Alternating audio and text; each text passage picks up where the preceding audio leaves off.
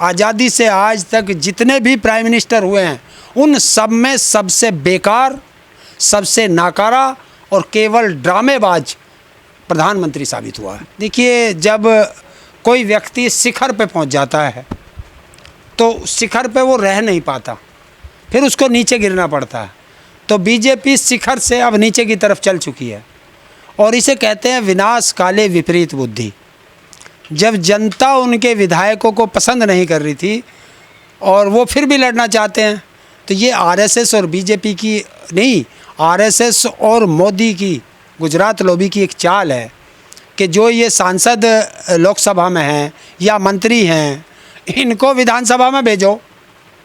और क्योंकि जब सांसद और मंत्री विधानसभा का चुनाव लड़ेंगे तो जो विधायक का चुनाव लड़ने वाले थे उनको पहले से पता चल गया कि म्युनिसिपल कॉरपोरेशन में अब तुम्हारा नंबर है। ये डिमोशन क्यों कर रहे हैं अपने सांसदों का? ये इसलिए कर रहे हैं कि नाकारा हैं। जिनका राजा नाकारा हो जाता है उनके वजीर भी नाकारा हो जाते हैं। तो ये सब नाकारा लोग हैं। जनता अब इनको खारिज कर चुकी है। क्या विधानसभा का चुनाव लड़ने के लिए बीजेपी के पास नेता नहीं बचे? ना है, कैंडिडेट ही ना भागे फिर रहे, टिकट लेने वाला नहीं है कोई। तभी तो जो ये मंत्री हैं ना और सांसद हैं अपने गेट बंद करे हुए बैठे हैं कि कहीं ऐसा ना हो कि ऊपर से कोई आदमी आए और विधायक का टिकट पकड़ा जाए। लेकिन सर, बीजेपी में सबसे ज़्यादा नेता हैं और वोटर हैं, दुनिया की सबसे बड़ी पार्टी बताई जाती है, वहाँ टोटा पड़ रहा है प्रत्याशियों का। देखिए, प्रत्याशियों का टोटा तब पड़ता है जब सरकारों की उल्टी गिनती शुरू हो जाती है, वो किसी भी पार्टी का हो। जिस पार्टी का ग्राफ नीचे की तरफ जाएगा उसके कैंडिडेट घटते चले जाएंगे और जिस पार्टी का ग्राफ ऊपर की तरफ जाएगा उसमें टिकट मांगने की वालों की लाइन बढ़ती चली जाएगी और उसी की तरफ जनता भी चलती चली जाती है। क्योंकि जनता देखती है कि इस आदमी को हम जो समझ करके लाए थे ये ऐसा नहीं। आज तक आज़ादी से आज तक जितने भी प्राइम मिनिस्टर हुए हैं उन सब में सबसे बेकार, सबसे नाकारा और केवल ड्रामेबाज प्रधानमंत्री साबित हुआ है। जो ये सांसद उतारे जा रहे हैं विधानसभा चुनाव में, जो विधायक थे वो भी नालायक थे और ये जो आए हैं लोकसभा से ये भी नालायक हैं। तो अब ये क्या एक बहुत बड़ी राजनीति है, बहुत बड़ी चाल जनता को के साथ खेलने जा रहे हैं कि क्या करेंगे। ये कहेंगे कि जो नालायक विधायक थे उनके हमने टिकट काट दिए। लोकसभा में क्या कहेंगे, जो नालायक सांसद थे उनके हमने टिकट काट दिए।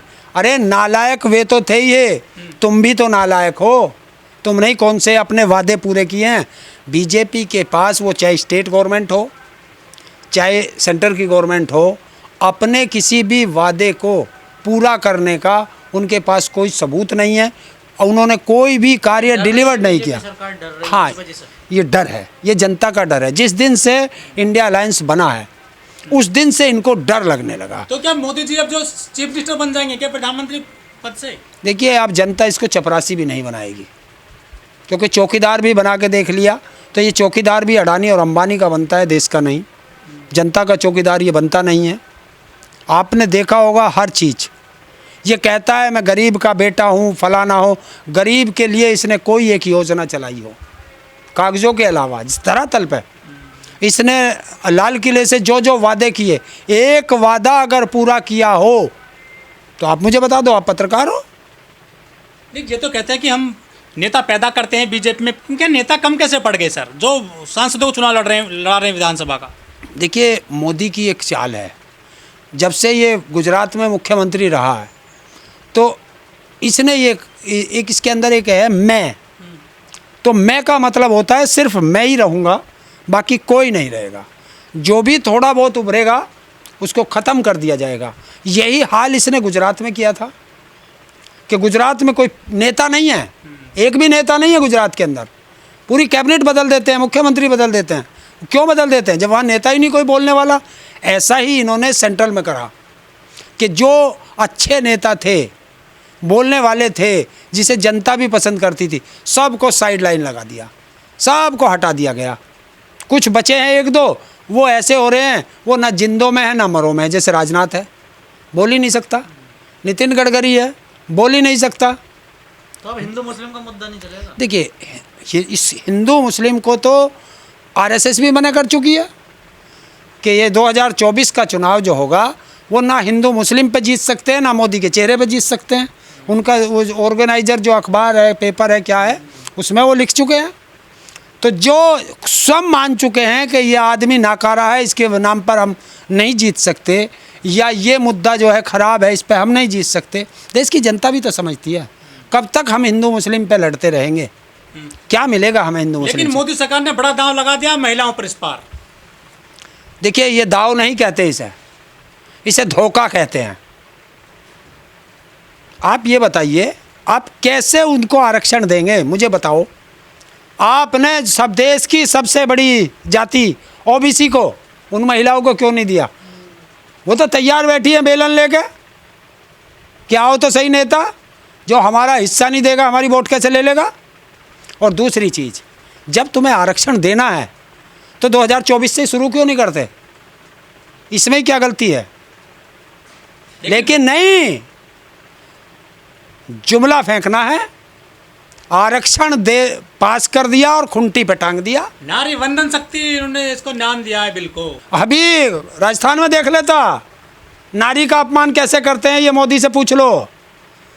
वो वसुंधरा राजे सिंधिया, उसकी तरफ देखा तक नहीं। ये देश के प्रधानमंत्री का काम है? ये नारी का अपमान है।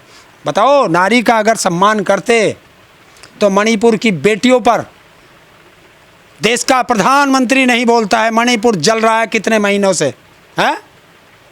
और दूसरे देश में जरा सी लड़ाई हुई तो वहाँ अनुकर मैं तुम्हारे साथ खड़ा हूँ, अपनों को छोड़ के, हैं? हमें तो अपनों ने लूटा, गैरों में कहाँ दम था। हमारा तो प्रधानमंत्री नालायक लिखड़ा, वरना और की क्या हिम्मत थी? 1/3 महिलाएं जाएंगी संसद सर। कैसे, कब जाएंगी? कब जाएंगी? चलो आप डेट बता दो। तैयारी कर रही है बीजेपी। क्या तैयारी करनी है? एक आम महिला कैसे पहुंचेगी संसद में जब तक उनको? आम महिला तब पहुंचेगी जिसकी जितनी हिस्सेदारी उसकी उतनी भागीदारी, तब पहुंचेगी महिलाएं। लेकिन ओबीसी महिलाएं ने मांग तो कर नहीं रहे कहीं भी। कौन कह रहा? सब लगे हुए हैं, कहीं आंदोलन नहीं कर रहे हैं। देखिए, आंदोलन सब जगह आंदोलन है। आंदोलन को सुन कौन रहा? अब जनता आंदोलन नहीं, वो वोट की चोट के लिए तैयार बैठी है। रमेश बुद्धड़ू ने इसकी बात नहीं करी है ओबीसी महिलाओं के लिए, दानिश के लिए बोल दिया। उन्होंने अपनी चिंता नहीं है अपनी महिलाओं की। सबको पता है कि कौन जाति का गद्दार है और कौन जाति का वफादार है, ये सबको पता है। आज देख मासिक इसमें मध्य प्रदेश में आज गुजरों का भी है, हैं? तो आज विदुड़ी पहुंचेगा अपनी बिरादरी के लिए, और जो उस जाति में अपना नहीं पहुंचेगा वो गद्दार होगा। तो जाति में बांट दिए क्या लोग बीजेपी ने? बिल्कुल, ये तो बांटते ही हैं, इनका तो काम है भाई। ये अंग्रेजों के पिच्चाटू काट रहे हैं। अंग्रेजों का काम क्या था? फूट डालो, राज करो। उसी तरह इन्होंने जातियों में बांट दिए कि इस जाति को इस जाति से लड़ा दो, एक जाति हमारी तरफ आ जाएगी। जैसे वहाँ से महाराष्ट्र में मराठे नॉन मराठे लड़ा रखे, यहाँ ठाकुर और एससी लड़ा देते हैं। यूपी में कहाँ गुज्जर और नॉन गुज्जर लड़ा देते हैं। तो ये जातियों में ऐसे लड़ाई करा रखी है। तो फूट डालो और राज करो। बीजेपी प्रमोशन कर देती है जो गाली देता है नेता। अरे ये तो उनके संस्कार हैं। ये नालायकों की तो पार्टी है। आप देखो ना, अंकिता भंडारी, उत्तराखंड की बेटी, उसके साथ दुराचार और उसकी हत्या करने वाले कौन थे? बीजेपी वाले। आप देखो उन्नाव कांड में कौन थे? बीजेपी वाले। आप देखो हाथरस कांड में बेटी का चीर हरण करने वाले कौन थे? बीजेपी वाले। किसानों की हत्या करने वाले कौन थे? बीजेपी वाले। हाथरस में कौन थे? बीजेपी वाले। जहाँ देखो वहीं हैं। और इंटरनेशनल पहलवानों की साथ दुराचार करने वाले कौन था? बीजेपी का। और बैठे मोदी के बराबर में। लेकिन नारे देते हैं बेटी बचाओ बेटी पढ़ाओ। देखिए, ये वो हैली है कि मुंह में राम और बगल में छुरी रखते हैं।